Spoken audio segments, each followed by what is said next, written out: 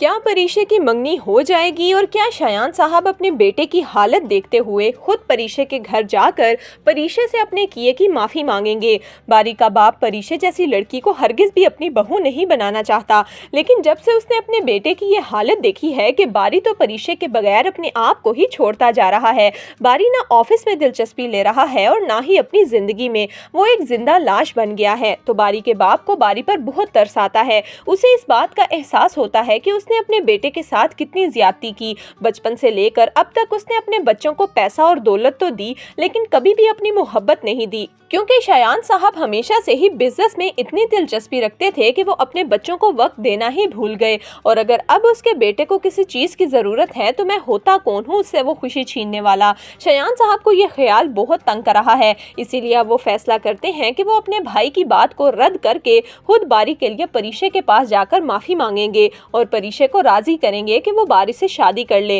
इसीलिए वो बारी के कमरे में आते हैं और कहते हैं, बेटा मुझे तुमसे कुछ जरूरी बात करनी है। बारी कहता है, जी डैड बोले। शायान साहब बारी के आगे हाथ जोड़ते हैं और कहते हैं, बारी तुम्हारी ये हालत मुझसे देखी नहीं जा रही। तुम मेरे इकलौते बेटे हो और तुम्हारा इस तरह से कमरे में बंद हो जाना, दुनिया से कट जाना मुझसे नहीं देखा जा रहा। तुम्हारी खातिर मैं खुद परीशे के पास जाकर माफी मांगूंगा और उसे बोलूंगा कि वो तुमसे शादी कर ले। जिस पर बारी कहता है, नहीं डैड मैं इतना कम ज़र्फ नहीं हूँ, मैं आपको उसके पास नहीं जाने दूंगा।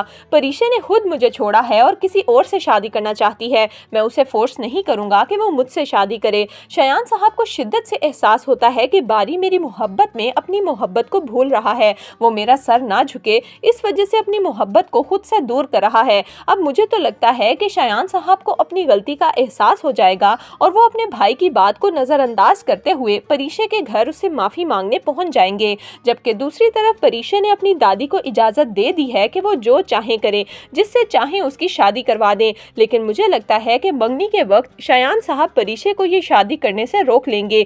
दूसरी तरफ आलिम साहब जुबैदा के पास आते हैं तो रुमैसा को बहुत गुस्सा आता है। आलिम साहब जब घर वापस आते हैं तो रुमैसा गुस्से से कहती है, आलिम साहब अगर आपने जुबैदा के घर जाना था तो आप मुझे बताकर भी तो जा सकते थे।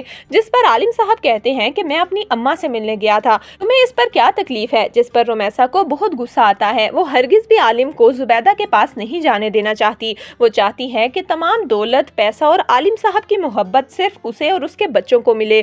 तो दोस्तों आपके ख्याल में क्या परीशे की मंगनी के वक्त शायान साहब मंगनी रोकने और परीशे से माफी मांगने उसके घर पहुंच जाएंगे? आपकी इस बारे में क्या राय है, हमें कमेंट्स में जरूर दीजिएगा।